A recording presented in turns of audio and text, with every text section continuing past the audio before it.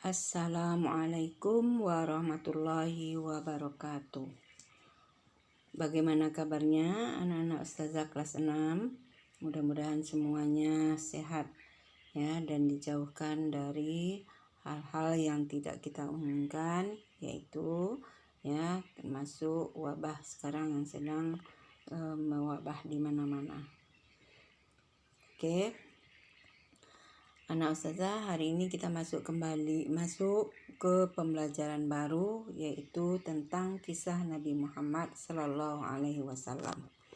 Ya, ini pas kita mempelajari ini nih, dimana sekarang itu sangat menyedihkan kejadian ya yang dilakukan oleh Presiden Prancis, yaitu termasuk penghinaan terhadap Nabi Muhammad Sallallahu Alaihi Wasallam.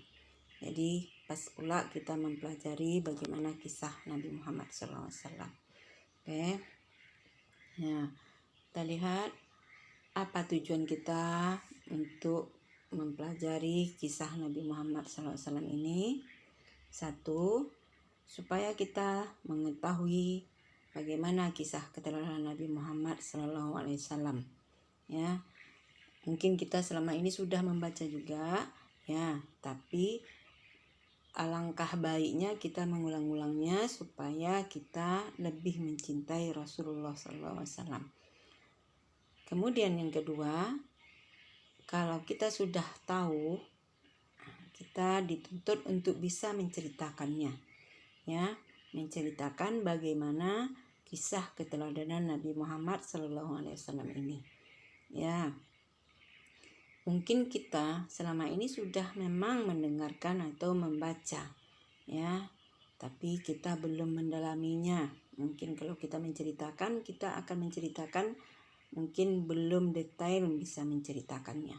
Ya, mudah-mudahan setelah mempelajari kisah ini, kita bisa menceritakan dari awal sampai wafatnya Rasulullah SAW. Oke. Nah, yang ketiga, kita bukan sekedar bisa menceritakan, tapi kita bisa mencontoh bagaimana perilaku Nabi Muhammad Sallallahu Alaihi Wasallam, bagaimana kepribadian Nabi Muhammad Sallallahu Alaihi Wasallam. Oke, nah kita lanjutkan, yaitu yang bagian A-nya itu tentang kelahiran Nabi Muhammad Sallallahu Alaihi Wasallam. Nah, kapan Nabi Muhammad lahir? Nabi Muhammad SAW lahir yaitu hari Senin, itu tanggal 12 Rabiul Awal tahun Gajah, 20 April 571 Masehi. Itu Rasulullah SAW lahir di Mekah, ya. Nama ayahnya yaitu Abdullah bin Abdul Muthalib. Ibunya bernama Aminah. Nabi Muhammad SAW lahir dalam keadaan yatim karena ayahnya meninggal sewaktu dalam kandungan. Waktu itu ibunya kandungannya berusia 3 bulan. Nah, jadi Rasulullah SAW lahir dalam keadaan yatim, ya. Anak Ustazah, lahirnya Nabi Muhammad SAW dalam keadaan yatim, dia tidak mengenal bagaimana bentuk wajah ayahnya, dia tidak mengenal seperti apa ayahnya. Dia tidak merasakan bagaimana kasih sayang seorang ayah. Itulah Nabi Muhammad Sallallahu Alaihi Wasallam. Oke. Sewaktu beliau lahir, Nabi Muhammad Sallallahu Alaihi Wasallam itu dibawa oleh kakeknya, digendong oleh kakeknya mengelilingi Ka'bah dan dibawa masuk ke dalam Ka'bah. Lalu Abdul Muthalib kakeknya memberi namanya Muhammad. Ya. artinya Muhammad yaitu orang yang terpuji. Nah, jadi Rasulullah diapakan oleh kakeknya sendiri, ya, sambut oleh kakeknya sendiri, yaitu Abdul Muthalib. Nah, sekarang kita masuk ke masa kanak-kanak hingga masa kerasulan Rasul. Nah, orang yang pertama kali menyusui Nabi Muhammad adalah ibunya. Ibunya yaitu Aminah. Cuman tidak lama lalu disusui pula oleh yang namanya Suwaibah. Ya. Kemudian disusui oleh Halimah binti Abu Duwaib Sa'diyah. Kita biasa menyebutnya Halimah Sa'diyah. Ya. Ini Rasulullah SAW ya, dengan Halimah itu selama 4 tahun. Rasulullah SAW hidup di perkampungan, hidup di desa, bermain dengan anak-anak yang ada di desa. Ya, itulah ya yang dilalui oleh Nabi Muhammad SAW. Mungkin anak-anak ustazah bertanya, kok orang lain yang menyusuikan bukan ibunya? Ya, kalau adat orang Arab pada waktu itu, anak yang lahir itu memang disusui oleh orang-orang yang dari desa. Mungkin karena orang-orang yang di desa itu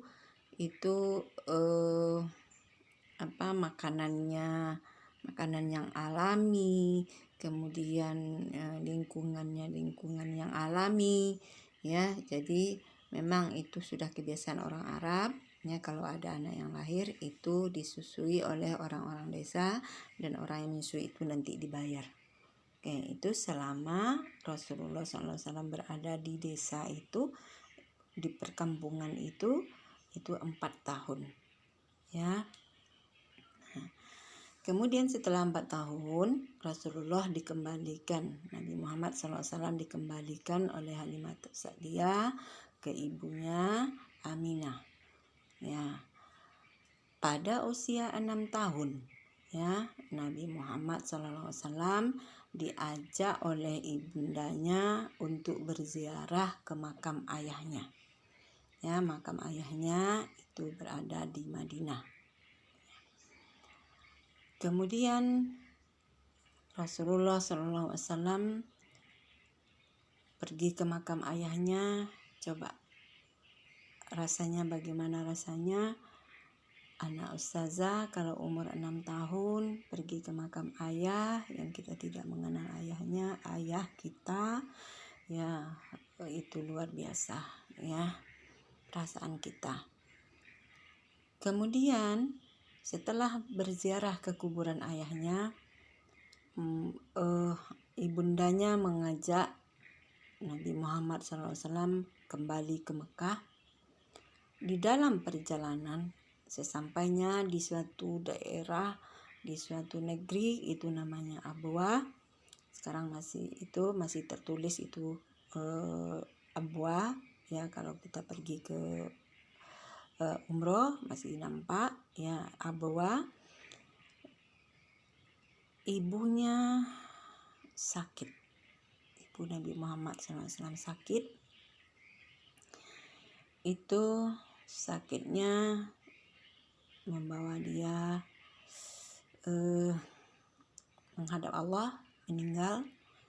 Ya, coba di dalam perjalanan Rasulullah SAW umur 6 tahun, ya, ditinggalkan oleh ibunya. Itu luar biasa, ya. Dan itu memang sudah rencana Allah. Ini memang betul-betul mendidik Rasulullah dari kecil, ya. Kemudian setelah sampai di Mekah, ini Rasulullah ibunya meninggal itu dijemput oleh pamannya, ya, ke Abwa, ya. Kemudian dibawa ke Mekah, lalu diasuh oleh kakeknya Abdul Muthalib, ya. Abdul Muthalib sangat sayang sama Rasulullah, sama Nabi Muhammad SAW. Tapi Allah menguji lagi umur Nabi Muhammad SAW 8 tahun, itu kakeknya pula meninggal lagi. Insya Allah.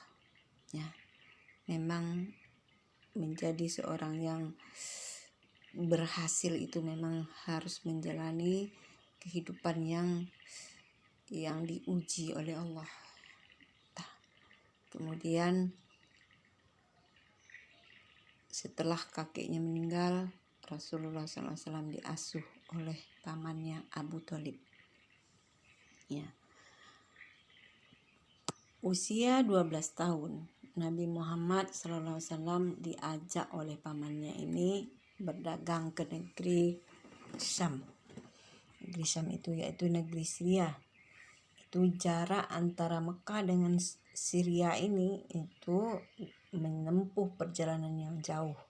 Tidak sama dengan sekarang. Kalau sekarang ada pesawat, ada mobil. Kalau dulu cuma memakai unta. Ya, berjalan di padang pasir. Luar biasa. Ya, Rasulullah betul-betul diajar oleh Allah supaya Rasulullah itu menjadi orang yang kuat. Kuat fisik, kuat mental.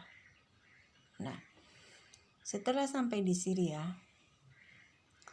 mereka singgah di daerah Busra. Ada satu daerah namanya Busra. Yang di daerah itu ada seorang pendeta namanya Buhairah. Ya. Jadi di dalam kitab Injil yang asli itu sudah ada nama Nabi Muhammad SAW.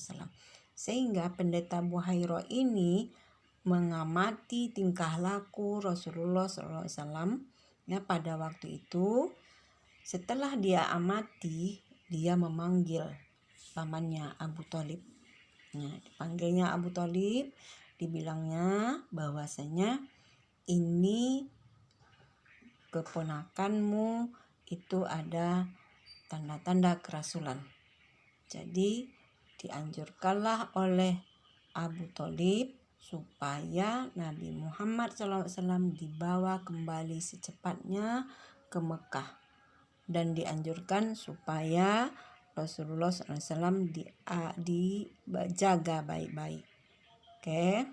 Nah, kemudian pada waktu Rasulullah berumur 15 tahun, ya, beliau pun mengikuti satu peperangan yang namanya Al-Fijar. Peperangan ini yaitu perang suci antar suku ini, ya. Awalnya Rasulullah cuman sebagai pengumpul panah, tetapi akhirnya Rasulullah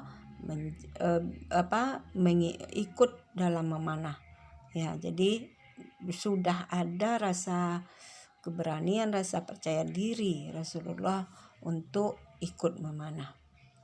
Nah, Nabi Muhammad SAW tumbuh menjadi anak yang cerdas, selalu berperilaku baik, jujur, ramah, lemah lembut, dan menepati janji. Maka digelarlah Al-Amin, artinya orang yang terpercaya. Gelar Al-Amin ini bukan dari Nabi sendiri, tapi dari masyarakat Quraisy, ya, atau masyarakat yang berada di sekitar Mekah. Itu orang itu yang memberikan gelar kepada Nabi Muhammad SAW. Nah, usia 25 tahun Nabi Muhammad SAW bekerja pada Khadijah. Jadi Nabi Muhammad itu bukan langsung dia berhasil, tapi dia menjalani berbagai latihan. Ya, ini bekerja dengan Khadijah itu beliau membawa perdagangan Khadijah itu ke Syam, ya, ikut berdagang. Nah, karena kejujuran, karena kecerdasan Rasulullah, karena akhlak budi pekerti Rasulullah, Khadijah itu kan pengusaha kaya di Mekah. Jadi dia tertarik sehingga Rasulullah SAW, Nabi Muhammad SAW, ya, nikah dengan Siti Khadijah. ya. Oke. Pada usia 40 tahun Nabi Muhammad SAW itu diangkat oleh Rasulullah, oleh Allah, menjadi rasul, ya, dengan ditandai yaitu menerima wahyu di Gua Hira. Ini kalau anak ustazah pergi umroh itu luar biasa, ya. Gua Hira, menjelang ke Gua Hira kita harus mendaki berkilo-kilo, ya, tingginya subhanallah. Itulah yang dilalui oleh Nabi Muhammad Sallallahu Alaihi Wasallam, ya, untuk jadi pendaki ulung, ya. Rasulullah itu adalah pendaki ulung. Oke, nah sekarang kita lihat, ya, apa aja sifat yang dimiliki oleh Nabi Muhammad SAW untuk kita contoh dan kita laksanakan, lakukan, amalkan untuk kehidupan kita sehari-hari. Yang pertama, Rasulullah itu sidik, artinya benar, ya. Jadi Rasul itu tidak pernah dia berbohong, tidak pernah dia berkata yang tidak benar. Nah, ini bisa kita terapkan dalam kehidupan sehari-hari. Apalagi sekarang nih, yuk, yang anak ustazah memakai HP sendiri. Nah, itu harus sidik itu, ya, harus benar. Apa yang benarnya? Kalau mamanya nanya, dah belajar.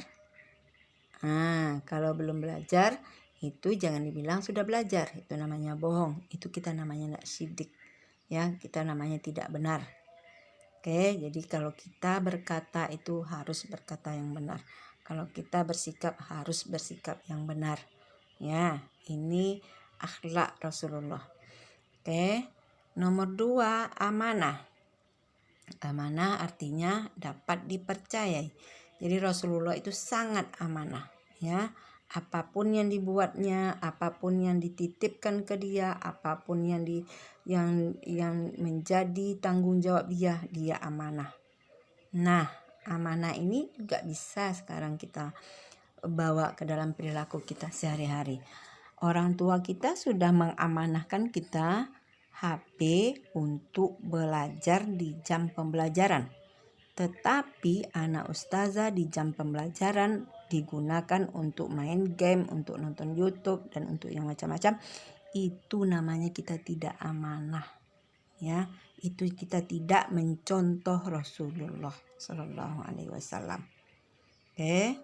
Nah, sifat yang ketiga yang dimiliki oleh Rasulullah SAW yaitu tabligh, artinya menyampaikan. Jadi Rasulullah itu menyampaikan apa yang didapatnya dari Allah, ayat yang turun, perintahkah atau larangankah atau berupa berita gembira atau azab, itu disampaikan semuanya kepada kita umatnya, nggak ada satupun yang tertinggal, ya. Itu tabligh. Oke. Kemudian fatona ini artinya cerdas. Jadi Rasulullah itu sangat cerdas, ya. Rasulullah itu sangat bijaksana. Kecerdasan Rasulullah dapat dilihat bagaimana Nabi Muhammad SAW memberi solusi kalau ada masalah, memecahkan masalah dengan bijaksana, ya. Ini sewaktu baru remaja itu kejadian, kan kita sudah sama-sama tahu sejarahnya, waktu peletakan batu Hajarul Aswad, sewaktu mengembalikan Hajarul Aswad kepada tempatnya semula. Betapa cerdasnya Rasulullah untuk memberikan keputusan sehingga orang-orang yang antar suku itu tidak terjadi peperangan, ya, tapi semuanya merasa adil. Nah, itulah Rasulullah, cerdas. Jadi ini kita harus melatih kecerdasan kita, harus melatih pikiran kita supaya kita menjadi cerdas.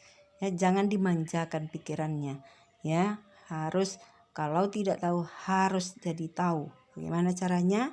Ya, bekerja keras, ya, sungguh-sungguh, itu akan menyebabkan kita jadi anak yang cerdas. Oke, Nak. Nah, itu tadi yang sejarah Nabi secara singkat ya. Insya Allah di buku itu ada tentang kisah Nabi Muhammad SAW ini. Ustazah cuma meringkaskan aja supaya mudah kita mengingatnya. Nah, sampai kita ke kesimpulan. Nah, kesimpulan yang pertama yaitu Nabi Muhammad SAW dari kecil itu sudah jujur, ramah, bergaul dengan siapa saja, lemah lembut, sopan, santun, dan menepati janji. Ya, dengan sifatnya yang itu, maka beliau digelar dengan Al-Amin. Al-Amin itu artinya orang yang dipercaya. Jadi gelar Al-Amin itu bukan dari diri Nabi Muhammad, tetapi orang lain yang memberikan dia gelar ya menjadi Al-Amin, yaitu orang yang dipercaya.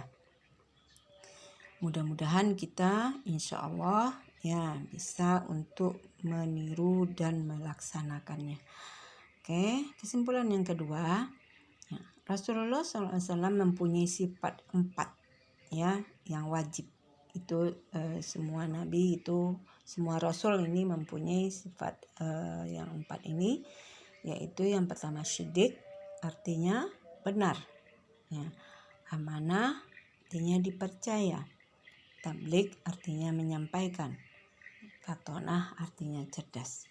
Ya, mudah-mudahan insya Allah ya dengan kita mempelajari kisah Nabi Muhammad SAW, kita bisa lebih mencintai Nabi, kita bisa meniru, mencontoh, dan sehingga kita menjadi anak yang baik ya, dan menyenangkan orang tua, diridhoi oleh Allah dan dicintai oleh Nabi Muhammad SAW. Demikianlah pembelajaran kita tentang kisah Nabi Muhammad SAW ya. Assalamualaikum warahmatullahi wabarakatuh.